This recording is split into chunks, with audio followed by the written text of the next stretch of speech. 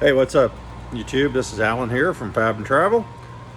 Just kind of giving you an update. I haven't done anything for a while because we have been busy all summer.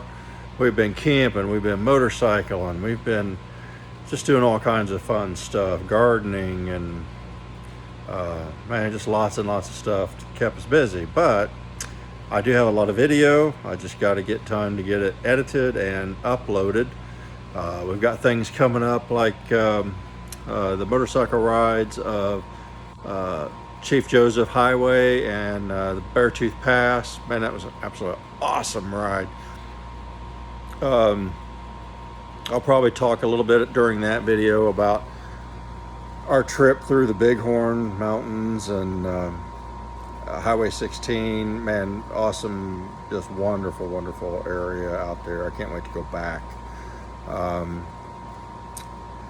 We also did Iron Mountain Road, and boy, just had a blast down there around Custer, and so I can't wait to share that with you. But right now, what we're getting ready to start, and this is kind of what I wanted to just show real quick, is we are got a lot of projects going on in the shop that I'm finally getting to.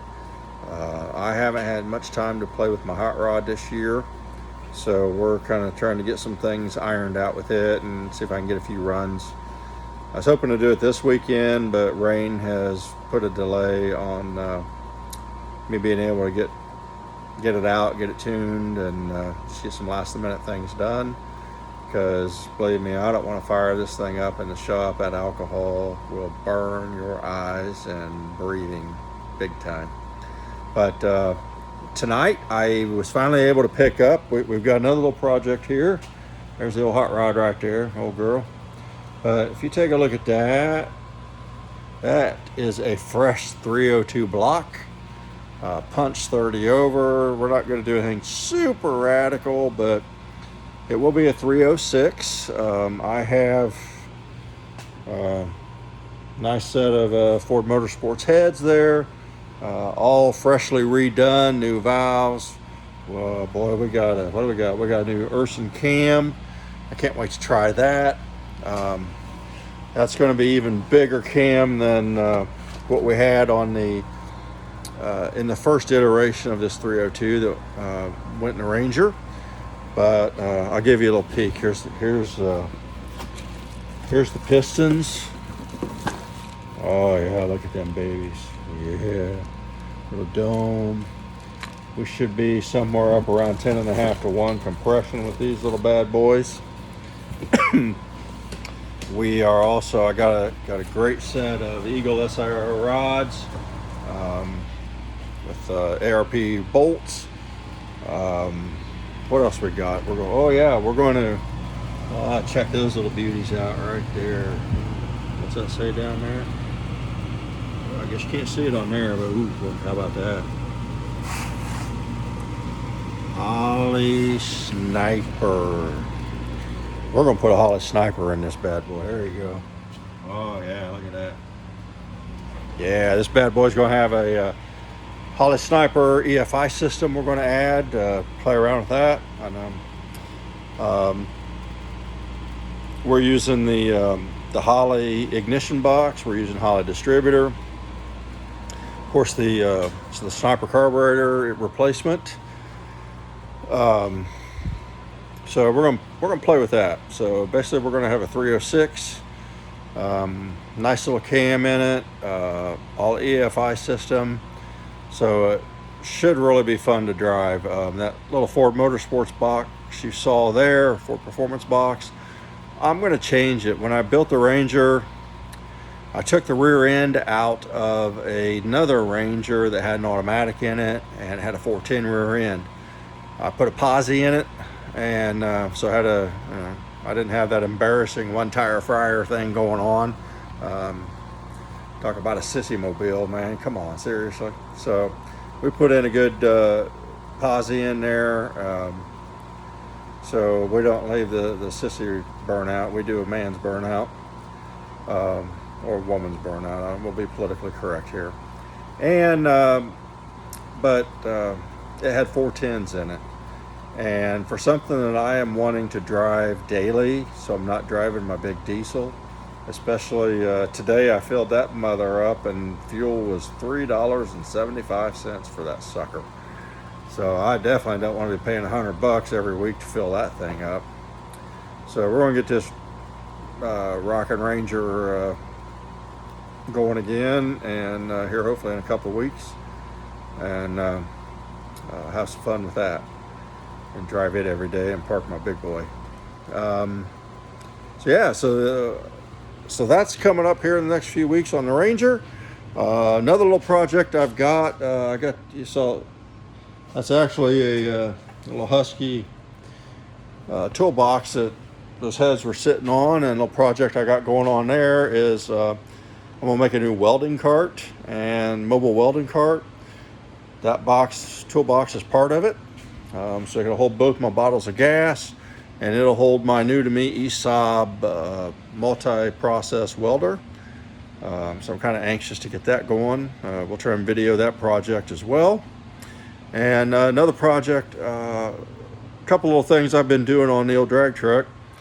I installed, let's see if I can get a picture of it, but I was using a Dead and Bear CO2 crossover delay box, and it just had the little pinwheels to set your time. And while it worked awesome, it just wasn't what I needed. I'm getting old and senile and couldn't see the numbers, especially when you're going down trying to set it up at night in the staging lanes. It just wasn't any fun. So I just installed a new Mega 475 delay box, and this little gem is nice. What it does, one of the reasons I went with the Mega over the K&R was because I installed a Shiftnoid solenoid shifter. See if I can get a picture of that little gem right there. See that? Yeah. And being a cheapskate, I tried to install a Summit Racing RPM activated switch. This little thing right here. And man, I thought, I got it. This is going to be awesome. Consistency, here I come. Well, that RPM switch didn't work worth a pooey-doo. It would fire the solenoid, but it wouldn't release it. So the solenoid got hot, and I had smoke rolling out of it the last time I ran it. So I was like, yeah, something's got to go, and it's going to be that our Summit Racing RPM switch. So we dumped it, and when I was trying to choose between the K&R Pro Cube and the Mega series boxes, what swayed me to the Mega, one of the things that swayed me was I could shift with it. I could program the shifts, and it kept those numbers.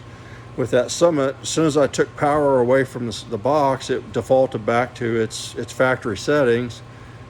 So every time I was having to reprogram it, and I didn't like that. Plus, it was you got one program. You set it to shift at 7,000. Every shift was 7,000, and I run a 3-speed transmission, so every shift was at whatever I had it set for. So with the Biondo Mega 475, that thing's awesome, man. You can do up to 5 shifts with it. Each shift can be based on RPM, whatever RPM you tell it, or you can base it on time. And each shift can have its own time. It's really, really a nice piece. Takes a little bit of getting used to it, but it's a nice piece. I'm really happy with it. So we're doing that, and then the last piece of the puzzle, I had bought a digital or LED dial board to replace my old mechanical deal there, and I bought it from Willie Daniels, I'm sorry, on Facebook. He was doing a great job developing that as an alternative, and it was pretty cool. You had one inside, one outside. You could just have a little remote and you punch the one on the inside and it would change one on the outside. But I really wanted something that was integrated. So when I change my delay box, it changes the the dial board, and the Omega 475 offered that, so that swayed me to that as well. So there was some features there that swayed me over to the Mega series. So what I'm going to be doing tonight is I just have to finish up a box the bracket modifications. I just took the original brackets I had made for the other LED dial board and did some modifications, because naturally the new one isn't the same as the old one dimensionally, so you got to do what you got to do. So I just got to finish that up tonight. Here is, I'll show this to you. There we go. This is the new, there we go. That is the new LED dial board that communicates directly with the Mega 475. So looking forward to that, and hopefully we can run next weekend, do some TNT, and get some of these bugs worked out on this old hot rod and have her ready to go for spring. So hey, that's it. If you like what you see, follow along, make sure you like and subscribe, and we're going to have a lot more video content coming here in the next month or so, I promise you. So have a great day, and look forward to seeing you down the road.